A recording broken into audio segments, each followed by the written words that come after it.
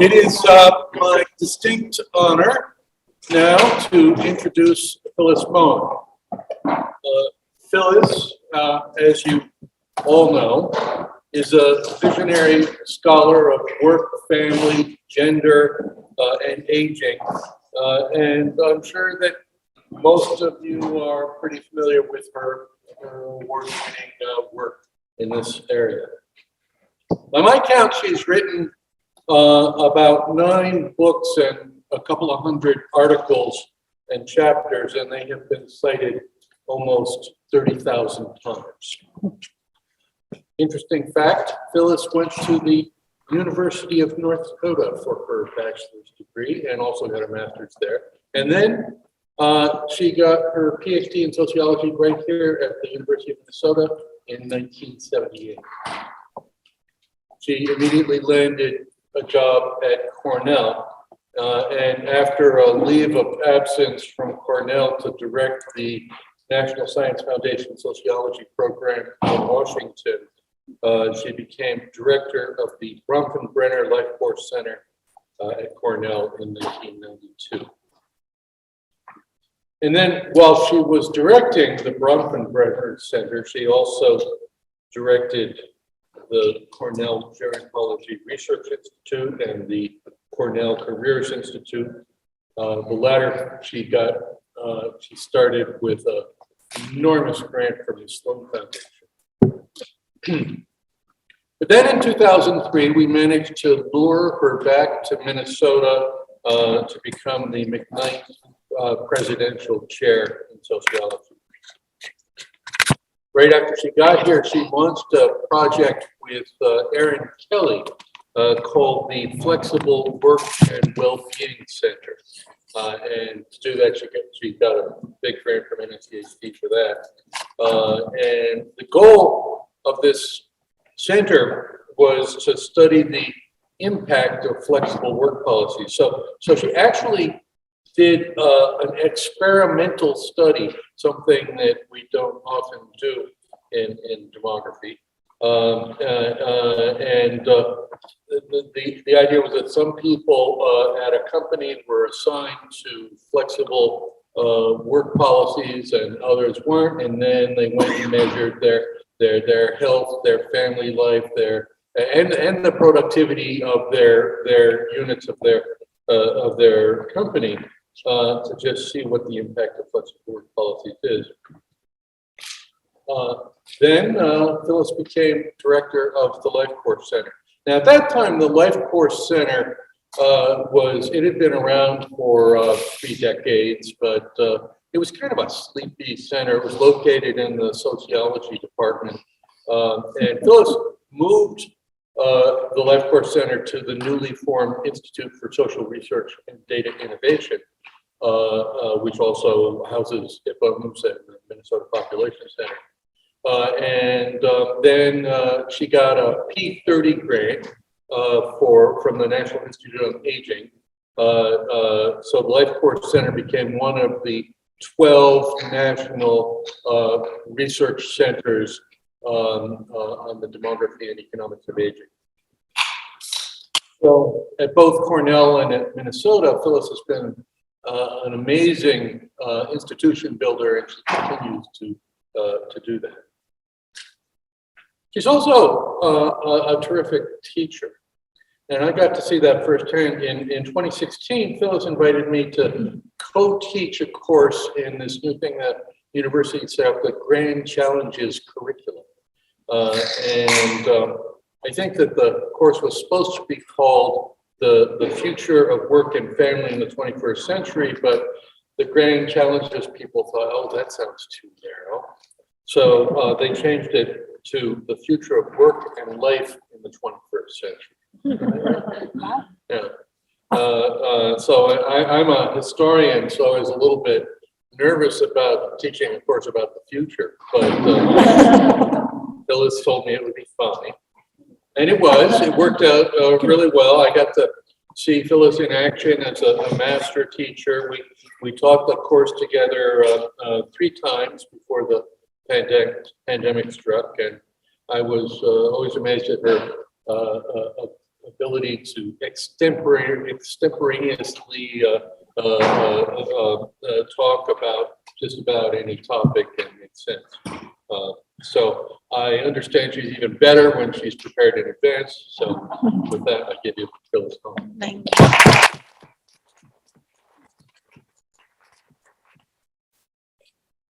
Thank you very much, Steve. I feel like I should be in a grave somewhere with that wonderful discussion. I wanted to again thank the organizers of this wonderful program. The sessions this morning I thought were just great. You know, usually you go to a session and there's one good paper and then you have to sit through all the others or look meaningfully at your watch and get up and leave. But these were excellent. So I'm looking forward to this afternoon and tomorrow as well. But I do want to thank Carrie Williams, Amy Roxon, and Kathy Fitch and Sarah Flood and all those who were involved in making this happen. But real people who are responsible for us to be here, if you look back in time, these are the people who make a difference in studies of the life course around work and health. The left is Glenn Elder and Matilda White Riley, and then our own Steve Ruggles.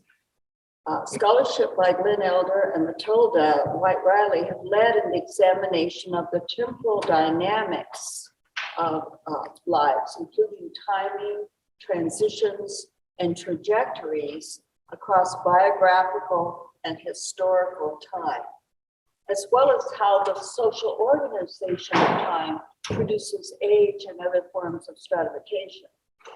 But equally important is the data that are available, and that's what Steve Ruggles managed to do, is make it easily accessible to use repeated cross-sectional data and panel data and contextual data.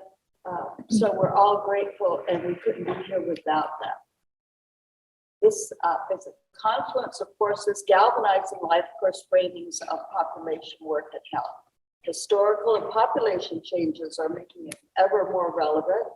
The fact that we're increasingly, with greater longevity, with the changing nature of work, we're seeing that age and time are socially constructed and can be reconstructed. And then the longitudinal and cross-sectional data and the methods, the increase in the methods with which to look at them are key. Today, I want to talk about 4 contexts of life course research. And along the way, I'm going to talk about 3 life course themes: transitions, trajectories, and timing. And then I'll end with the research agenda. The first context is situational exigencies. So situational exigencies are the factors that precipitate how we behave or respond, but also how things change in our lives. So here we see these 3 sets of social forces, and most of our research lands in one of these boxes or more, or the relationships between them. Subjective assessments and health and well-being include things like how you perceive a situation. W.I. Thomas talked about what is real is what is perceived as real. So the definition of the situation, how you see things. As strategic selections are the constraints around how you make choices, how you decide to move in or out of work, to do exercise or not, all the things that shape how we respond to the situational exigencies in our lives. This work is, these forces are evident in the presentations and work here. So Bing Chu looked at happiness, a subjective assessment in relationship to the situational exigency of having more grandchildren or not. Kelsey Drotnick, Sarah Flood, and Leanna Sayer are looking at subjective well-being related to who one is with. Sarah Burgard and Janet Wang, along with others, are doing important work on the subjective assessments in terms of retrospective life history information. So how do we remember our lives versus how do they play out going forward? Identity, Gracie Vanichuk is looking at identity, employment quality, and health. So subjective assessments are well represented at this conference. So too are situational exigencies. Justin Lamb and Shin-Chan Kyu are looking at job recalls, that situational exigency. Bert Chandarat looks at work characteristics. This morning looked at that, as did Teresa Andrasove. Say it for me, Teresa. Andrasove. Okay. Work characteristics and health. Gracie Vanichuk looked at employment quality. Joe Gogler is looking at caregiving as a situational exigency shaping health. There's Leah Abrams and colleagues looking at health conditions as exigency shaping work. And other situational exigencies, Linda Leita Anderson look at cognitive limitations and how that situational exigency affects the strategic selections in the amount and kind of work people are involved in. Claire Camp-Dush talks about the in-chat data, the ability to look at couples and the idea of linked lives. So linked lives are situational exigency when you can or can't or must move or not move because of a partner, for example, because you're caring for grandchildren. All kinds of reasons that are situational exigencies shaping our strategic selections. And looking at strategic selections, Angela Davis is looking at health dynamics and how that affects working decisions. So how do you decide what to do and how is health related to that? Zhongjin Chan puts a selection into caregiving. Who goes into caregiving and who does not? Who is excused? Joel Abrahamovitz looks at non-traditional working arrangements. So who decides to go into non-traditional work arrangements and what are the situational exigencies shaping those decisions? Poster that I have with Sarah Flood and Janet Wang, we look at health behaviors, and those are strategic selections that people make and how that has changed over time. And Joey Gio is looking at activity over the life course. So we're looking at these things often from the idea of transitions, trajectories, and timing. So Shenyan Chao looks at time use of caregiving among younger and somewhat older people, the timing of that in their lives. A poster by Lacey Chu is looking at health trajectories of older Chinese adults. Tom Van Heuvelin is looking at cumulative union exposure, the trajectory of that, the duration amount, but also the transitions in terms of job instability. Joel Abrahamovitz is looking at traditional work arrangements, non-traditional work arrangements, but over the life course. So when do people get involved? Xinjiang Chu is looking at job recalls and worker flows. And Yuan Talk is looking at occupational switching, how you decide or are pushed into changing occupational switching and the effects on the timing of retirement. I want to give us an example, the work that I have done with Janet Wang and Sarah Flood. This is work in progress. You know, we talk about churn being something that happens to young people as they're moving from school to work or trying to figure out paths to adulthood. They often move in and out of the workforce, in and out of jobs, in and out of different hours of work and kinds of work. And what we wanted to know is there's that similar kind of churn, given that older people are increasingly remaining in the workforce longer. So are they moving in and out of different jobs, in and out of full-time, part-time, self-employment? What's happening? So we are using data from the short-term panel of the current population survey. It's 16 months, collected every month except for a couple. And to see, do we see the likelihood of 2 or more transitions in that 16 months among people in their 50s, 60s, and early 70s? And just to show you one finding, what we see is that health is a situational exigency, predicting the likelihood of churn. So that this is women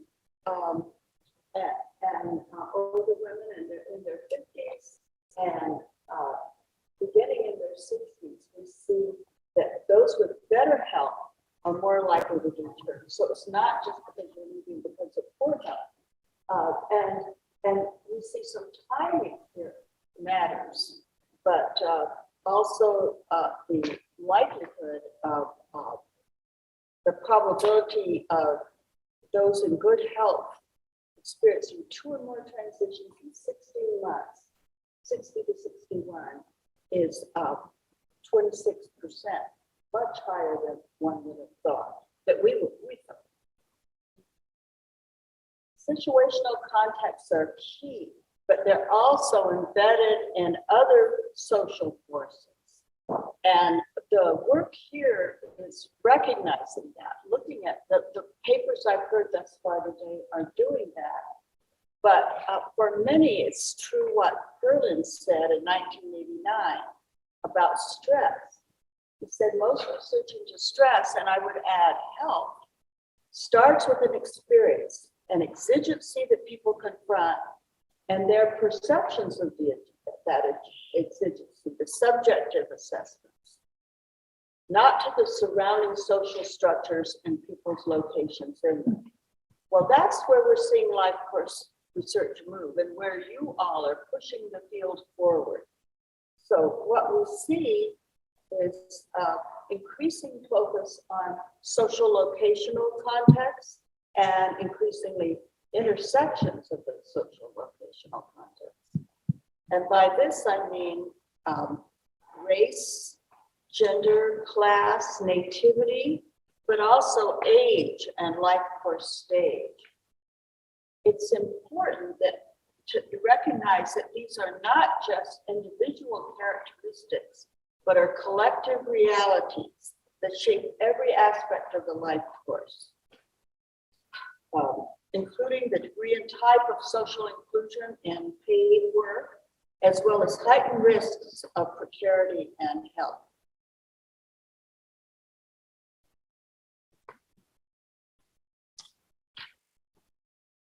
I have examples of this social inclusion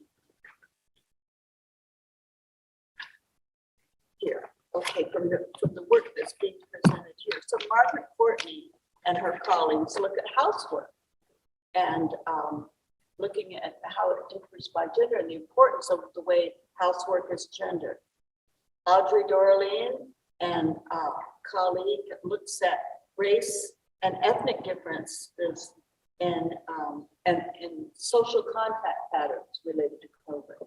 So And Michael Latansky is looking at expectations of job tensions by cohort, race, sex, and education. Jocelyn Wilder is looking at race and social network change. So the idea of social locations are well represented in the group of you that are here today. And I'm pleased to see that. As an example of what we're doing with social locational intersections is work I've done with Joey Pateki and Sarah Flood, related to who is working and how it's related to health in the later life course at the intersections of gender, class, race, ethnicity. I truly believe in looking at intersectional analysis, but let me tell you, it is hard. And if you figured out an easy way to do it, please send me an email. Hard to do. And as an example, who's working? What we see is that gender matters, men work more, but also age matters. From 50, high labor force participation down to very low at 75. And also class matters in terms of no college or college degrees for both women and men. So work, the idea of social inclusion in this institution is very much embedded in intersectional constraints on the availability and likelihood of doing so. Race also matters as along with these other intersections. So here we have no college and college. Here we have Black women, and I'm supposed to stay near the phone, near the mic, and white women are more likely, whether they have a college degree or not, they're most likely to be in the labor force in their 50s. But notice what happens with Black women. Those with a college degree, actually, their labor force participation actually exceeds or mirrors at least white women's participation with a college degree. So this complexity is important and the nuances are important. I just don't think we're there yet in terms of the methods. The third angle on all of this work is the importance of constraining institutional structures and cultures. So these two things work together, the institutionalization of norms, expectations, rules, regulations, laws, and language around work and health and disparities in them. So these are the surrounding social structures in which people are located and typically treated as background that we control for but don't really look at. And yet, increasingly, what we're seeing is that we have to understand these constraints to understand work and health across the life course. And my computer is not going to move.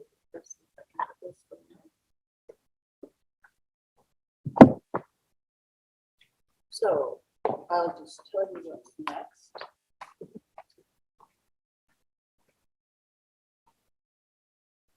Oh, thank you. So looking at these, the institutional structures shape roles, resources, opportunities, and differently distributed across the different social locations. But as Wheaton and Clark point out, most analysis of social life tends to treat that social context as constraining, basically static background, not looking at its effects. And we tend to ignore the processes by which these institutional constraints shape work and health. The most important mechanism is allocation. Who even gets the job? What kind of job characteristics that person gets? And how that is unequally distributed across the life course. So allocation has to do with constraints as well as opportunities and how they are produce cumulative disadvantage or advantage over time. Examples of allocation is in Joe Gogler's paper on who is caregiving. When you consider the gendered nature of caregiving. Sarah Garcia looks at labor markets and how that affects the physical disability rates of individuals. Shunyang Chao and Youngmin Sean also look at caregiving as a gendered process. Qingren Chu looks at job recalls as a constraining institutional structure. Igor Makov looks at spousal occupational sorting. So spouses don't necessarily choose what they do or how they do it. Often one does, and then the other sort of makes accommodations. That Chatterat, Grace Vinichuk, Teresa Andresse, and Margaret Courtner all looked at either occupational characteristics or household characteristics and how they're allocated by gender and other social locational markers. And social policies are institutionalized so that Anna Boda looks at retraining. Who is eligible for retraining? Who gets it? Where is it offered? Those are institutional constraints that shape behavior. Michael Chansky is looking at job tenures, and I can go on. So allocation is a key process, how institutions touch lives. But equally important is the idea of socialization processes that institutions get in our heads. So we think that we should be responsible for the caregiving of women, that we should follow someone else's career, accommodate to that. And these decisions, these linked lives, how they're played out. But socialization processes relate to not only to how things are, really morphs into how things should be. This is the way it is, and this is the way we were.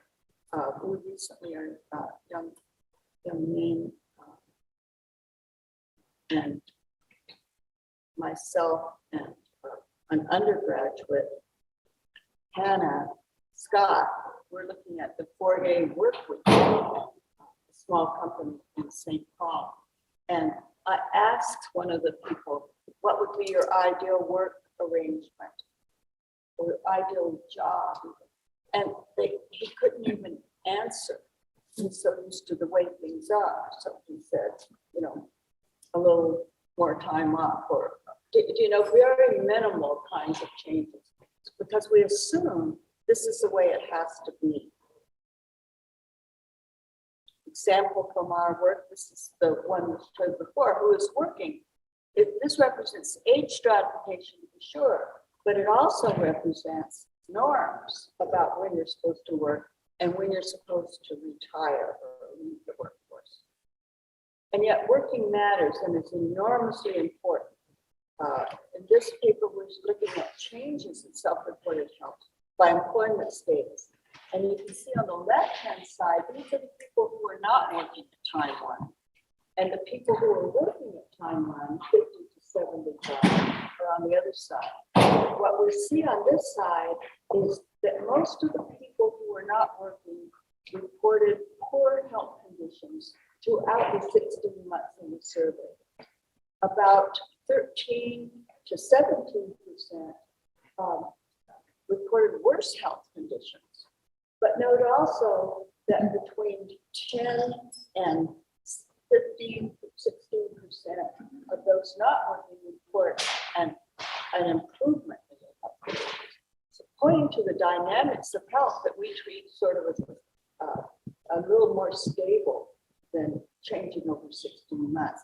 So working matters for health, and it matters at every life stage. Yeah, that was, this was Black women. If you look at white women, you see less of a pronounced health effect of not working, and less of a, even less for those who are working. The last piece of my talk today is about social changes. And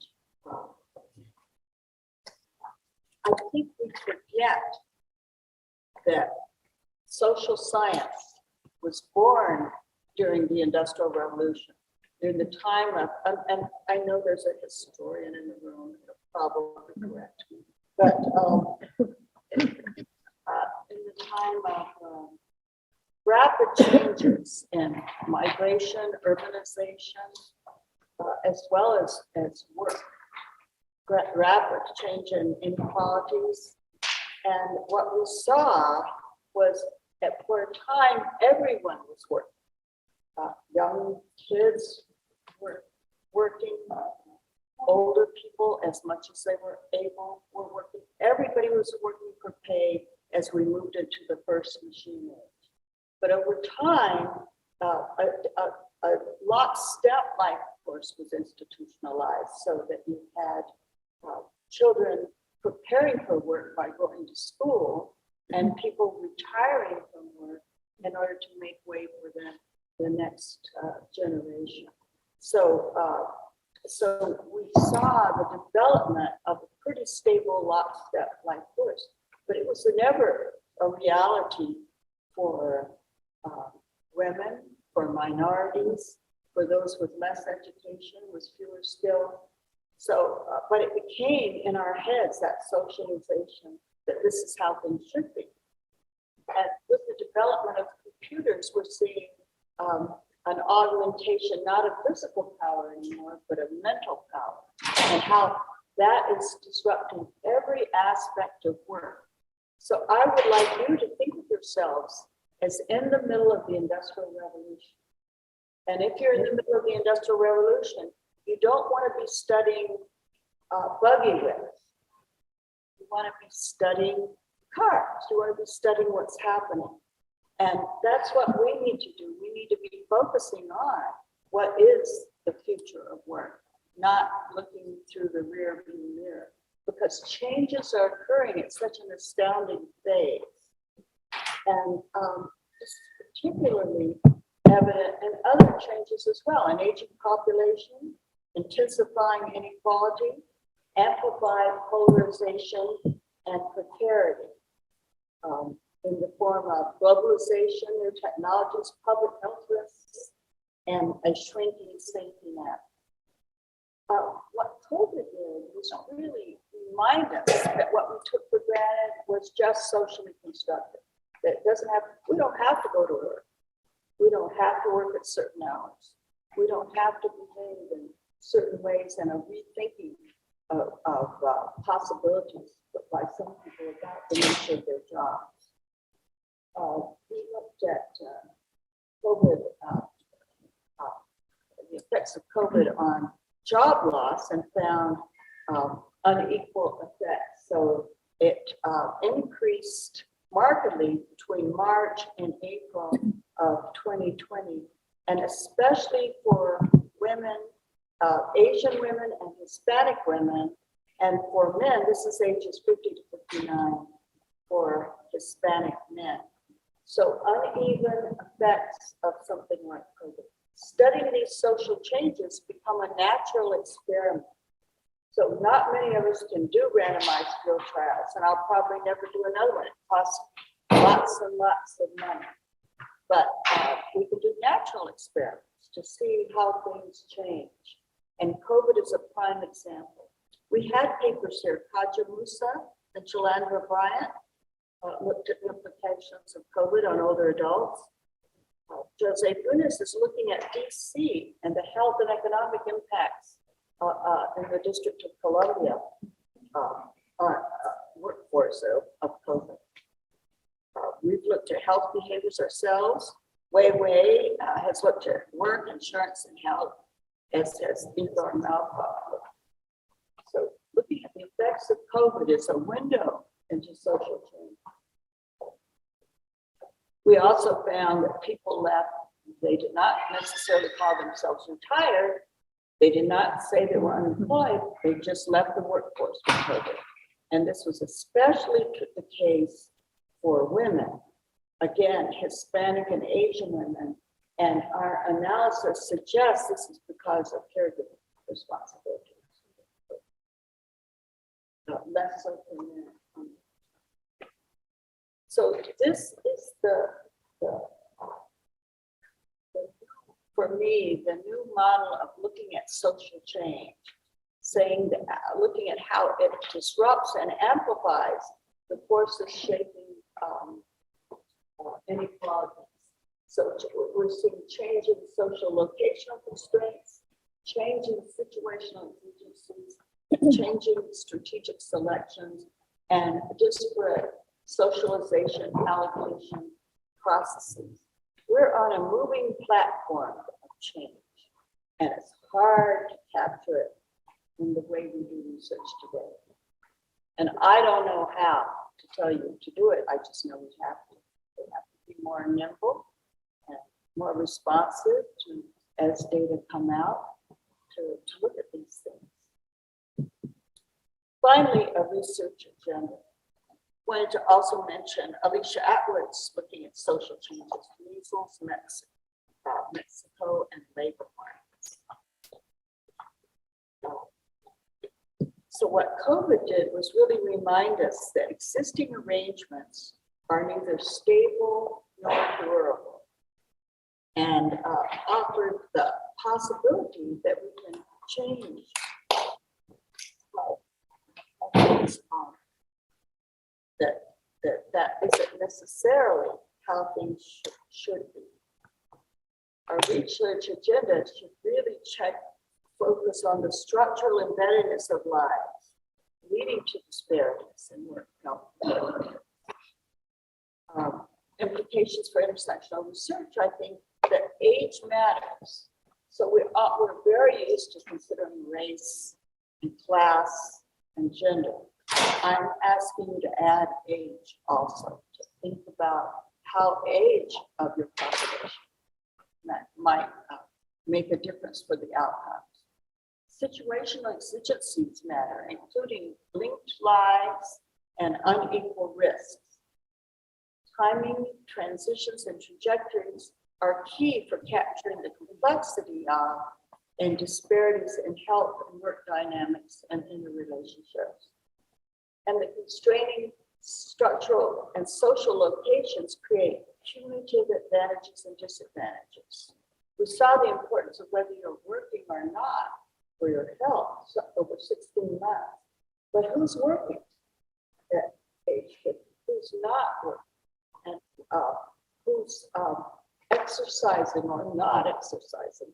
Who in your sample has social contacts or not at the beginning? And why? What's the differences? Social changes are key to understand transformative policy, demographic, technological, and economic contexts. They disrupt habits, they disrupt our images of what's possible, and they disrupt social research in ways that we didn't expect. So I propose an intersectional life course change agenda. Scholars can illuminate the work health nexus of external shocks like COVID and the correlated shutdown of the economy, but also wars, inflation. What else is going on? How can we capture that?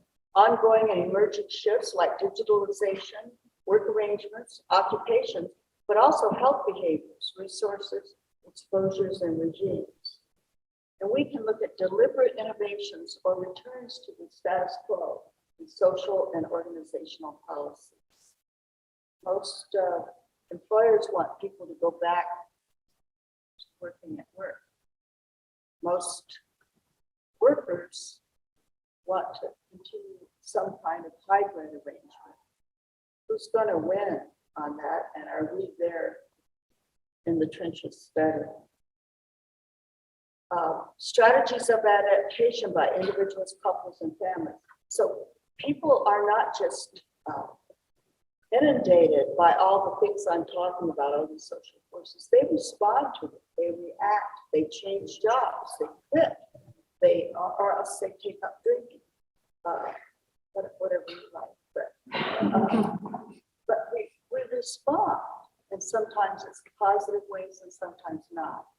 So this represents a challenge, but also an opportunity for scholarship beneficial to science and society. Again, I go back to Leonard Perlin, who was very influential in my development and thinking as a sociologist. He says, life for scholars and stress researchers alike need not only to be attuned to the onset and unfolding of significant large-scale social and economic changes, but also to be theoretically prepared to address what and for whom the consequences are and will be. Thank you very much.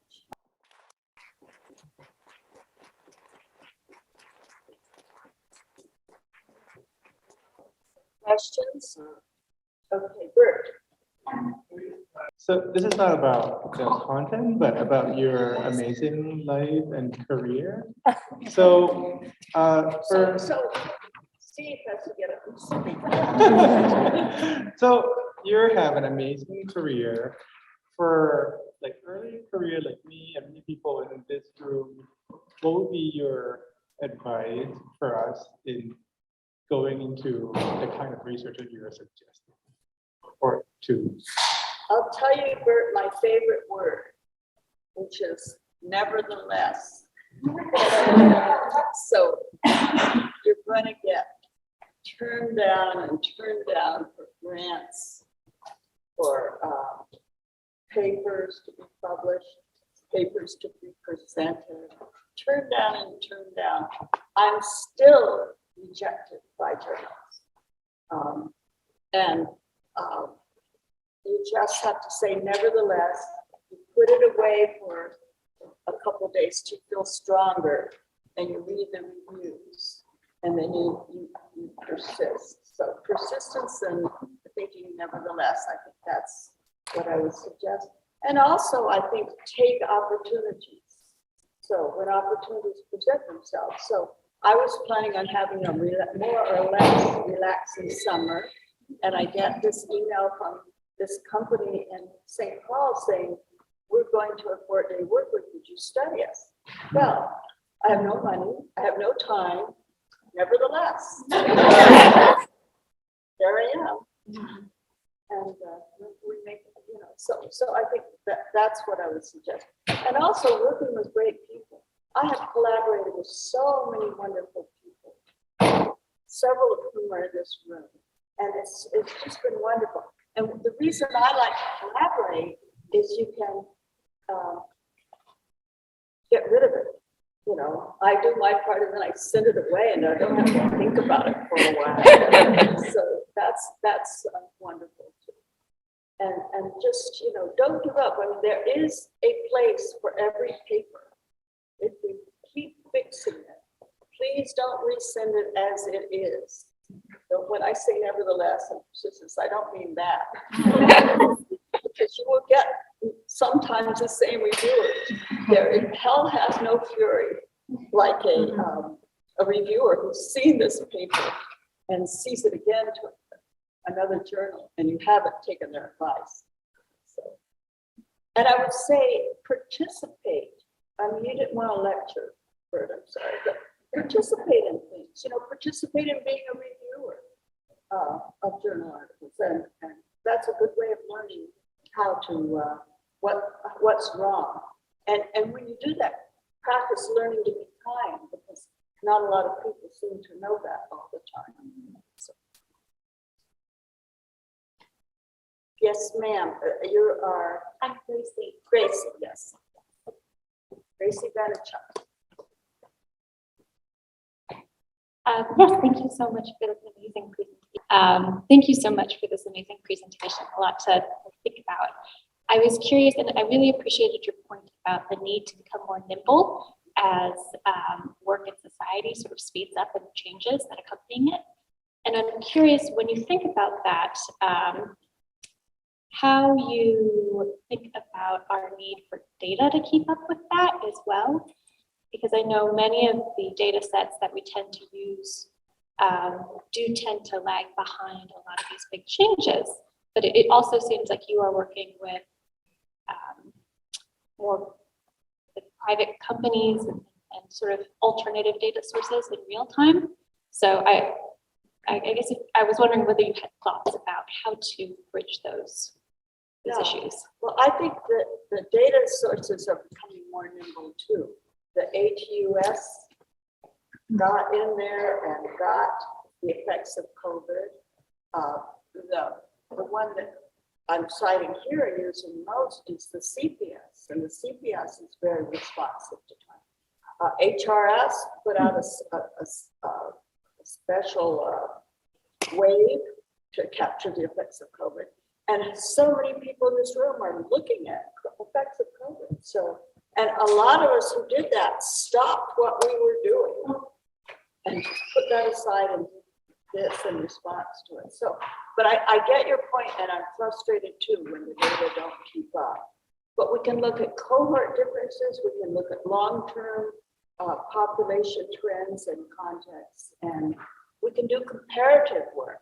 I think comparative work really speaks to different institutional structures and policies and how to look at that.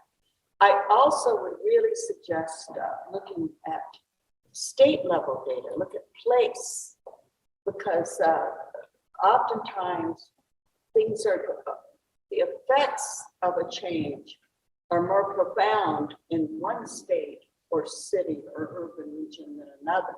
So use the ability to look at who are on the leading edge of some of the changes.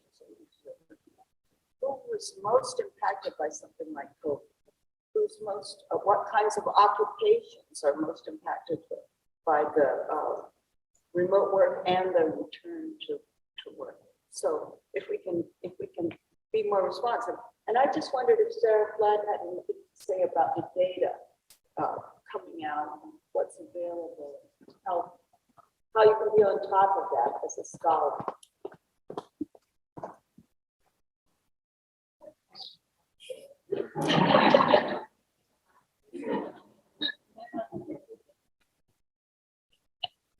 So it's a good question. I think there are calls for feedback to surveys, and like Phyllis said, you have to sort of take advantage of those opportunities, weigh in, and provide feedback. Or, you know, people have lobbied to get questions asked on their other people's data collections, like the HRS, for example, or the PSID, and then they can demonstrate the utility of those other questions and try to influence sort of the direction of science and federal data collections in that way. But our system is basically assumes stability rather than change, and I think we're going to have to become more nimble and get that. I was thinking the GSS also, it takes questions, you can add questions. Thanks so much, Lois. This is fabulous.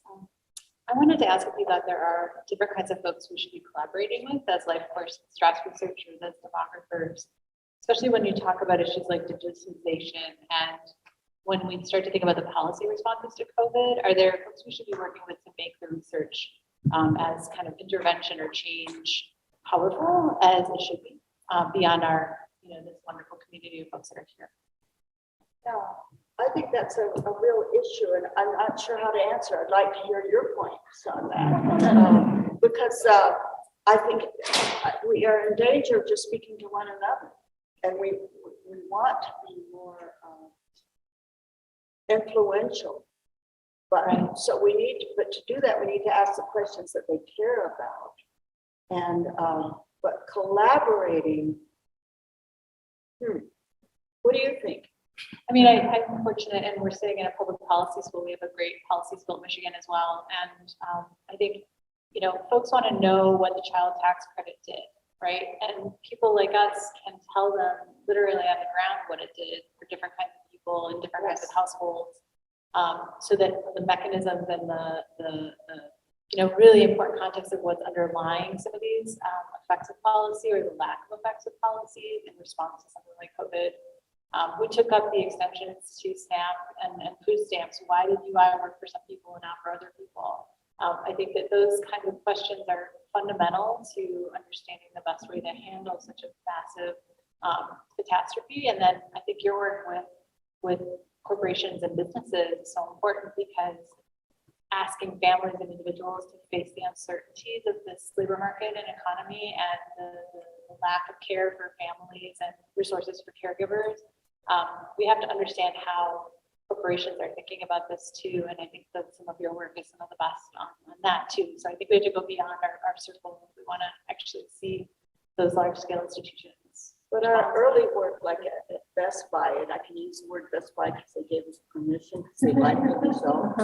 And this was just a natural experiment. They were going to go ahead and do something anyway, and we got in before and after, and they paced the rollout so we could follow different groups in different ways. And we found that giving people more control over when they worked and how they worked really improved everything. We reduced turnover, something they care about, and all of these things. And a new CEO came in and dropped everything because, you know, he wants to put his stamp on Best Buy, not what the previous CEO did. So I think it's hard. It's an uphill struggle, but we do make a difference. And I think around childcare, all that research around childcare has made a difference.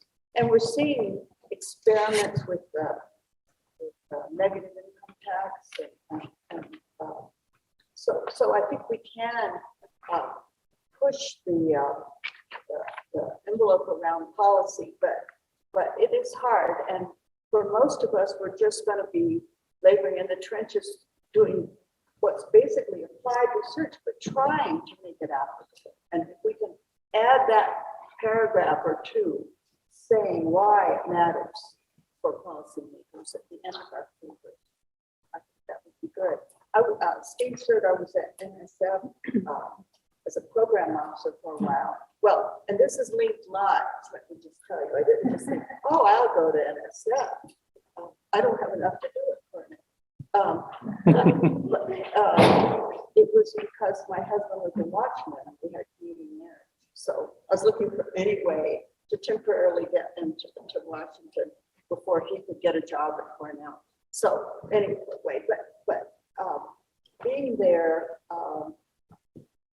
made me realize that we can change the arc of